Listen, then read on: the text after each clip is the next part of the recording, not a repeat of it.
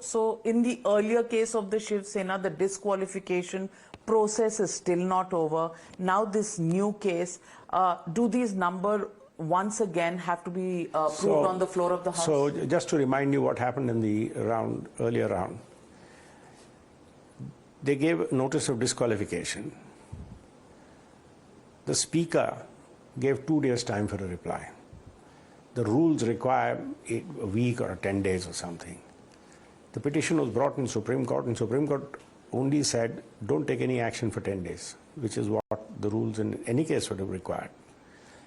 Because in theory, if you have to function as a tribunal, if you're given a week time for a reply, the replies are submitted, you study them, and then you give a hearing. So 10 days, heavens wouldn't have fallen, except in politics, sometimes 10 days is far too much, but that's the law. So you have to give that much time.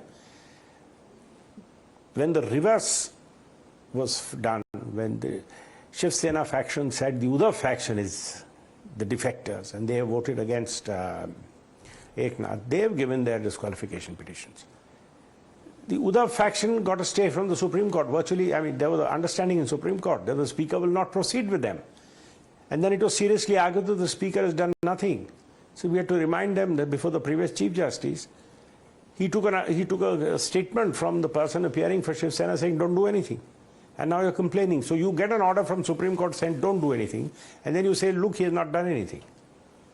So the truth is, they were worried that they'd be thrown out. This whole Speaker tribunal business in the 10th schedule has to be revisited because it's not working.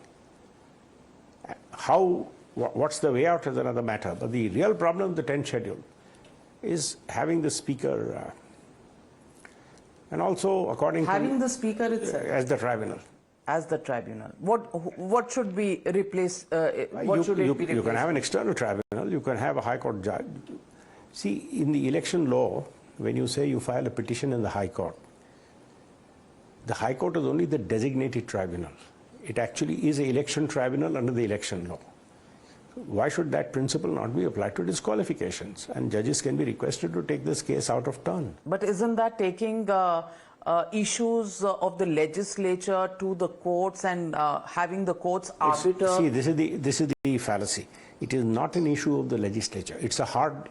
It is a disqualification based on a fact finding.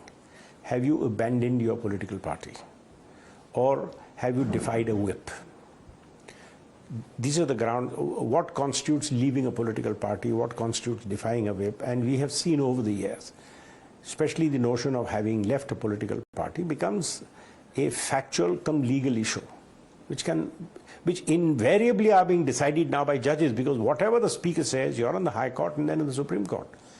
If you have a High Court judge as a tribunal who decides it to begin with, and an appeal lies to Supreme Court, that's the way it should be, like an election dispute. But do you think that's going to be acceptable in terms of revisiting, will the polity of the country agree to being subservient to the judiciary? Aren't they? Every time the Speaker issues a notice, a petition is filed, a stay is or is not granted. Every time the Speaker makes an order, the courts interfere. The courts are now commenting on whether the governor was right in calling a floor test or not right in calling a floor test. I know of one case where, in my personal view, the Supreme Court stepped way beyond the Lakshman Rekha by directing a videography being done of the session of the House.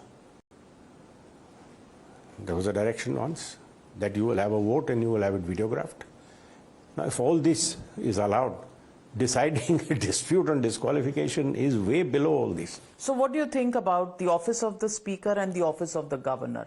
Should they be done away with? No, not at all. The Speaker runs the House, and his running of the House can never be brought into a court.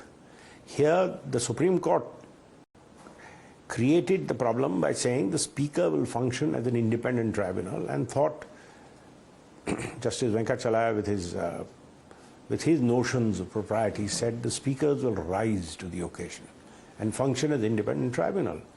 Has history justified that faith? It hasn't. So let's find a solution. Either you drop the disqualification provisions, and there is a strong argument for dropping disqualification provisions. And let me tell you why. Removing this provision by which if more than one-third left a party, it was not a defection. This has put the whole disqualification provision in a question mark. One of the challenges to the disqualification was, is it an anti-defection or is it an anti-dissent law? Look at Maharashtra. Can a leader say, I lock you in? I may have become unpopular, I may have lost touch with everybody, I lock you in. Dare you move, I will throw you out. That is anti-dissent, that's not anti-defection. Now, so that goes against the fundamental right? Correct. Now, no, against the notion of a free and fair legislature.